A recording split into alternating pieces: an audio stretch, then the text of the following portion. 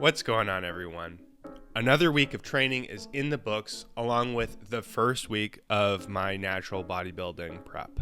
Since there is just so much more time left to go, my intention is to actually not count how many weeks into the prep I'm in or to count how many weeks out I am for my first show of my upcoming season. Instead, I'm planning on just living life as I otherwise would if I was outside of prep.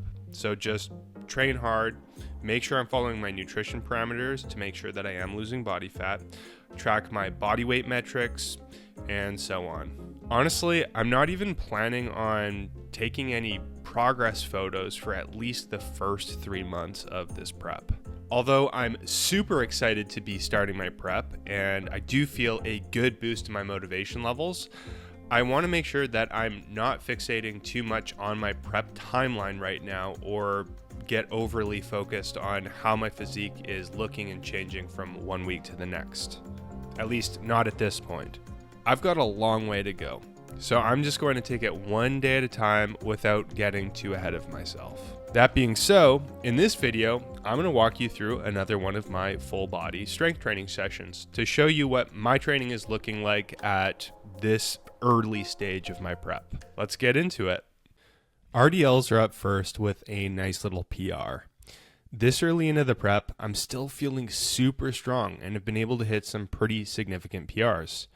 Although I've been able to pull over 405 pounds from the ground since my late teens, this set of 405 is the heaviest I've lifted with this specific movement style, particularly with the extra depth and controlled eccentric. As long as I continue to feel like I'm in control of these heavier loads and I don't feel like the loads are controlling me, I'm going to keep aiming to lift heavier. That being so, the deeper into my diet I get, the riskier the heavy lifts are going to be. So eventually I'll opt to lift a bit lighter and do more rep volume per set instead. Using lower loads are less risky, but when done still close to failure using higher rep targets, they are just as stimulative, if not more stimulative, for muscle growth and muscle retention. Flat dumbbell bench press is up next. I hit a little PR with these during the session too. I managed 13 reps with this load and movement style after being stuck at 12 reps for the past several sessions. During previous preps, I've often found that my pressing strength is the first to feel a decline after prolonged dieting. So it's nice to see that my strength is still on the rise at this point, and I'm going to keep fighting for that for as long as possible.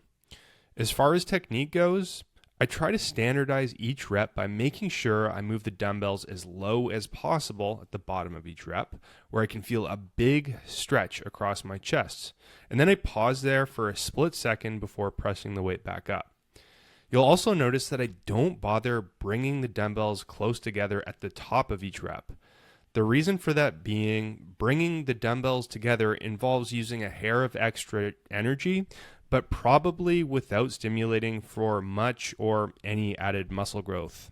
So I opt just not to do it and aim to save that extra energy potentially for spending more time at the bottom of each rep instead. The torture chair is next. This exercise has always lent itself best performed at higher rep ranges for me. Usually somewhere above 15 reps is my preference. Sets of less rep volume probably would build muscle just fine for me, but I prefer the burning sensation, the tension, and the pumps I get from the higher rep ranges instead.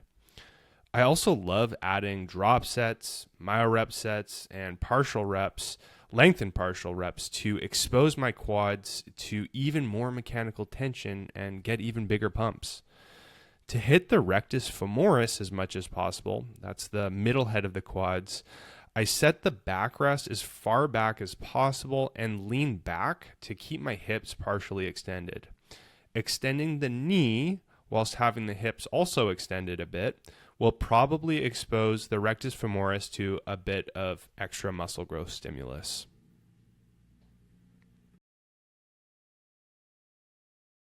My favorite shoulder superset combo is next. Incline dumbbell lateral raises directly to seated dumbbell overhead presses. One of the two main areas of focus for me over the past 2 years have been to build my upper back, specifically my traps, and to really build my delts or my shoulders. I've been doing this superset combo every second training session and a standard seated dumbbell lateral raise with drop sets, myo-rep sets, and added lengthened partial reps on the other alternating training sessions.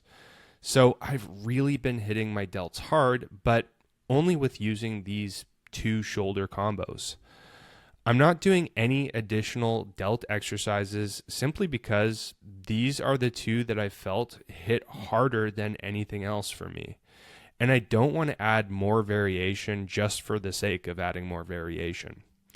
Although I don't think I have the greatest delt genetics in the world, as in my delts just aren't as bubbly as many of the best natural bodybuilders out there, I do notice a bit of added size over the past 2 years.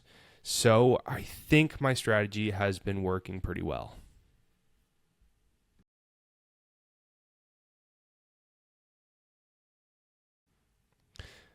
Next up is this dumbbell chest supported row. I've currently got 3 different rowing variations spread across my training split. There's these, plus bent over dumbbell rows and cable rows. I've actually been including a bit of extra rowing volume over the past few years in hopes that it might help me to bring up my traps, which are one of the weaker areas on my physique that I've been trying to bring up.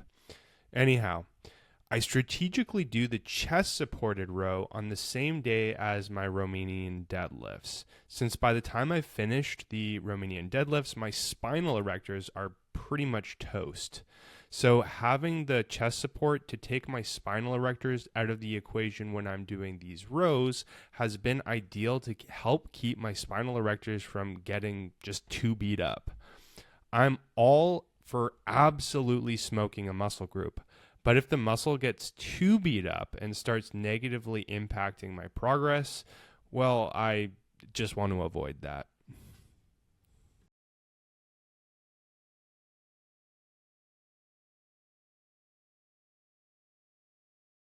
Machine preacher curls are next. I mentioned this in my last video, but this has been the only bicep isolation exercise I've been doing for months now. I've had a nagging elbow injury that's left this as being the only exercise that doesn't aggravate the injury, so I've just been doing it lots. What I like to do specifically with these is one huge extended set of drop sets, myo-rep sets, and lengthened partials. I'll start with my first standard working set and do as many reps as possible. Then I'll immediately drop the load and do as many reps as possible again. And then I'll drop it one more time and do the same thing again. From there, I'll rest for 10 seconds and do as many reps as possible at the same load. And then I'll do that again, and then one more time. By the time I finished, my biceps feel like they pretty much caught fire. Although I do really enjoy doing that, and I really can feel a ton of tension, I am starting to get a little bit psychologically bored of the movement. And since my elbow has felt better for the past few weeks, I think I'm going to try to start introducing another bicep isolation exercise into my routine over the next week or so. Dumbbell skull crushers are up next to smoke my triceps. This movement is all about control for me. No ego, no impressive loads, just control and depth. Anything outside of that, like lifting too heavy, usually leaves me just with elbow pain. But that's the cool part about building muscle. The primary driver for muscle growth is mechanical tension. And there are more ways to expose your muscles to higher and higher amounts of mechanical tension aside from just lifting super heavy, like lifting slow, with pauses, with high volumes, and lifting just super close to failure.